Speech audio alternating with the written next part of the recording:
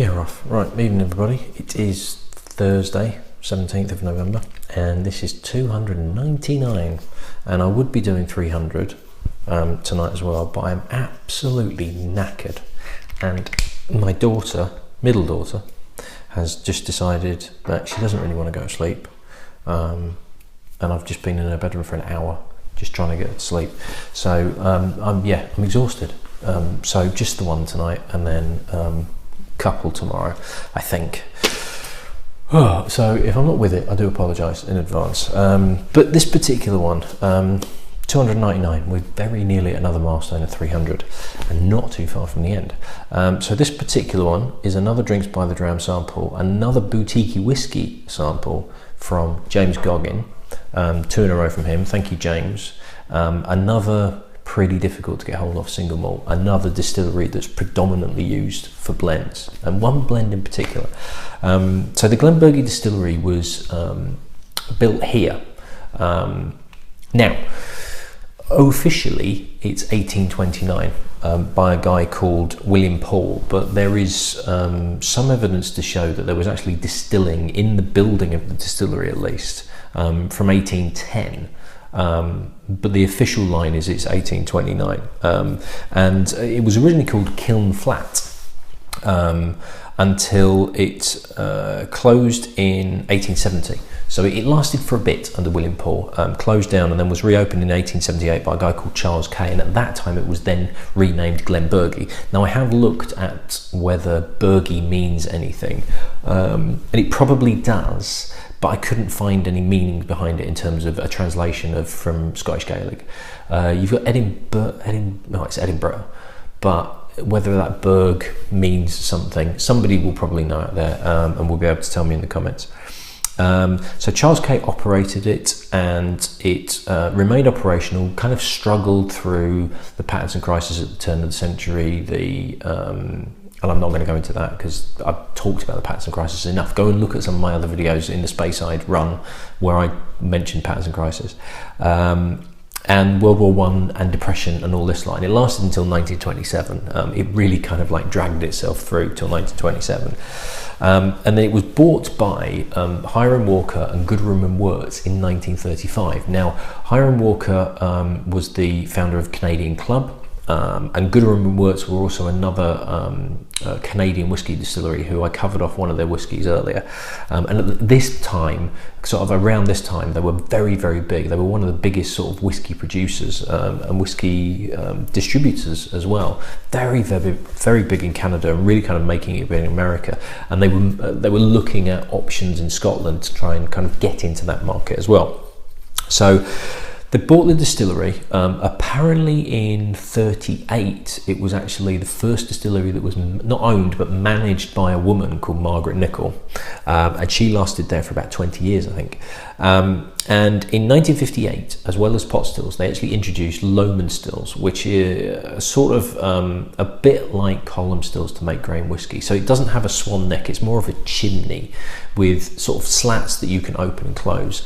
Where was it had it? Loch Lomond Distillery has still got it, I believe, these stills. And they produced another type of single malt whiskey.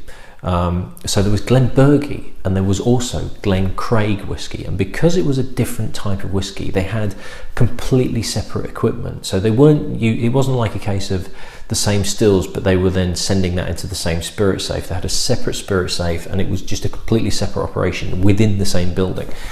And it was called Glencraig because it was actually named after the production director of Ballantines, a guy called William Craig, because Hiram Walker also operated Ballantines, and Glenburgie was quite a key part of the Ballantines blend.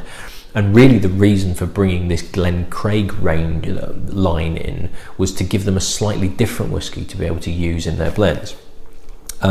Now, they removed the stills in 1981. Essentially, it was a failed experiment, but really it was kind of, they had to concentrate on one, and it wasn't really cost effective to be operating both. Particularly as Ballantines was so big, there's no point in them having the equivalent of 2 distilleries in one building when you can just have one distillery in one building and double your output. So 81, they were removed. By this point, Hiram Walker and Goodham Woods had been bought out by the drinks distributor Allied Domecq.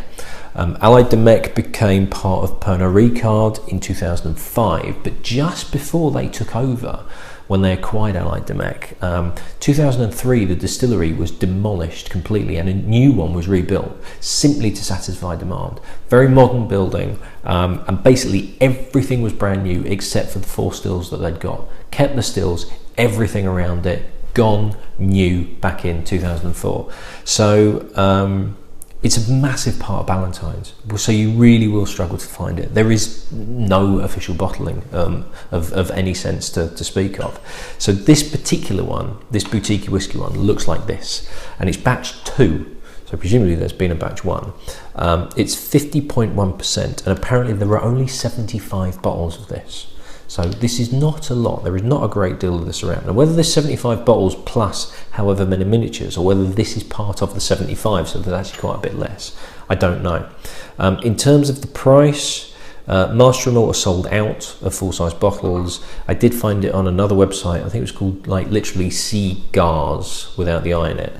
I don't even know where they're based. Everything is in pounds, but it doesn't feel like a UK online store. They were selling it for 68 quid, and I did see it for sale on auction, whiskyauctioneers.com I think it was, that had sold for 70. So you're looking at about 70 quid for this. So no colouring, no chill filtration, none of that, and a nice healthy colour. Now I don't know what age this is, they don't put age statements on it, so I don't even know if this is a combination of different ages or whether it is literally a single cask. But even 75 bottles, and they sell them at 50 cls, that's not a lot of bottles at all. So God knows where they've got this from and what quantity. It might even be part of the cask that they've just bought, so like we'll split it with somebody else and we'll take some and bottle it, because it does happen. So it's a decent colour. Obviously not knowing what the age is, I don't even know what's been matured in. The Boutique Whiskey Company website doesn't have a great deal of information about it. The labelling is not particularly helpful, so I don't know. That's about as much as I can give you. This is what it looks like, and now I'll tell you what it smells and tastes like. That's about it. However, I should consider myself very lucky that I'm actually trying it, because Glenburgie is not easy to find in single malt form. Now it's 51.1%, so I do have some water, and I think it's going to need it because it's quite raw on the nose.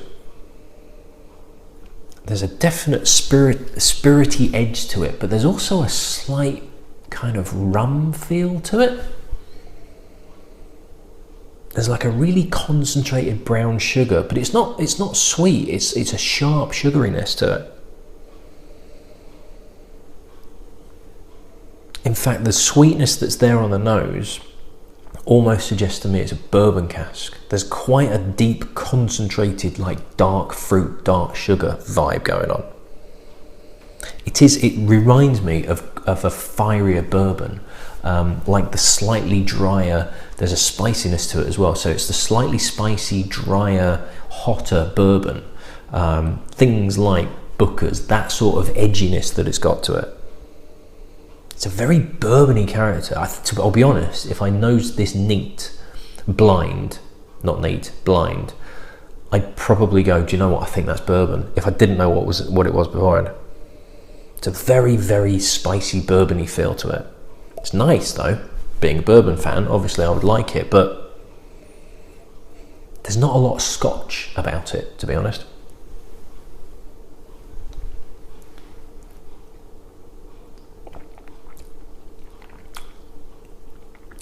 Actually, that's mellow.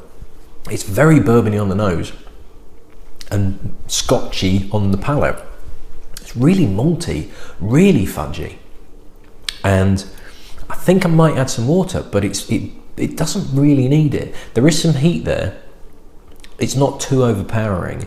It's just about on the side of I'm comfortable with this, rather than no, I'm going to need some water. It doesn't really feel like it's hiding something. It feels like it might be masking the flavours that I can get, and they just need to be allowed to open out a little bit more, but not much. It really doesn't need much. But there's a lovely, it really is a kind of a warm, warm fruit, so it's not dark intense fruit cake, but it's a lighter style of fruit cake. But it's got sort of raisiny, plummy characters to it, but it's not the intensity of a bourbon. It's a bit lighter. It's a good Christmas whiskey, don't get me wrong. It really is a sort of lovely, warming, fruity, malty, fudgy caramel character to it. I like that. I really like the fruitiness to it.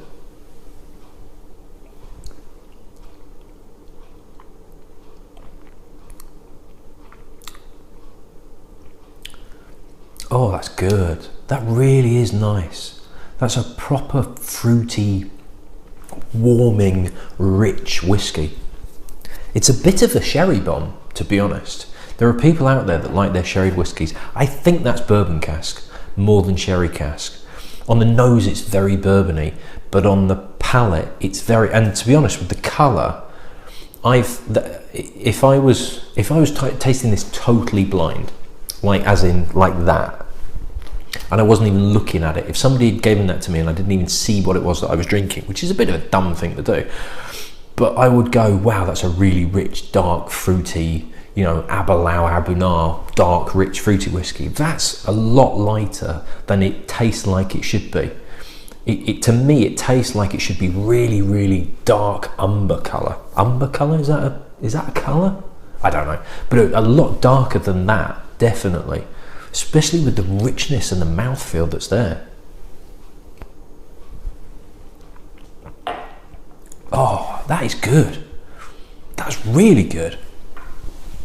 I'm gonna just touch some water in there, just on this last little bit that I've got left, just to see whether I'm able to open it out slightly.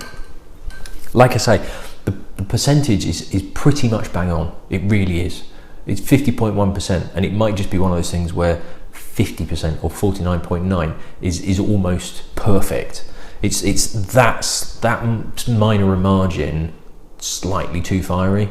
It's negligible. It really is. I've put a little drop of water in this just to see if it makes any difference. But yeah, it's weird on the nose. It's a bit more spirity, but it's a bit more bourbony. It's kind of spice and dark fruits, whereas the palate is a little bit lighter and a little bit richer, less spicy on the palate and more of the fruit contingent, but that fruit is just slightly more open and slightly less concentrated, and the better for it, to be honest.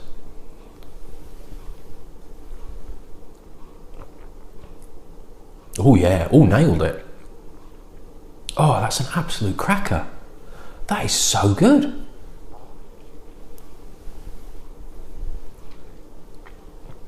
Oh, if you like your sherried whiskies, if you like rich, fruity, deep sherried whiskies, that is an absolute belter. That is so good. So good. I love that.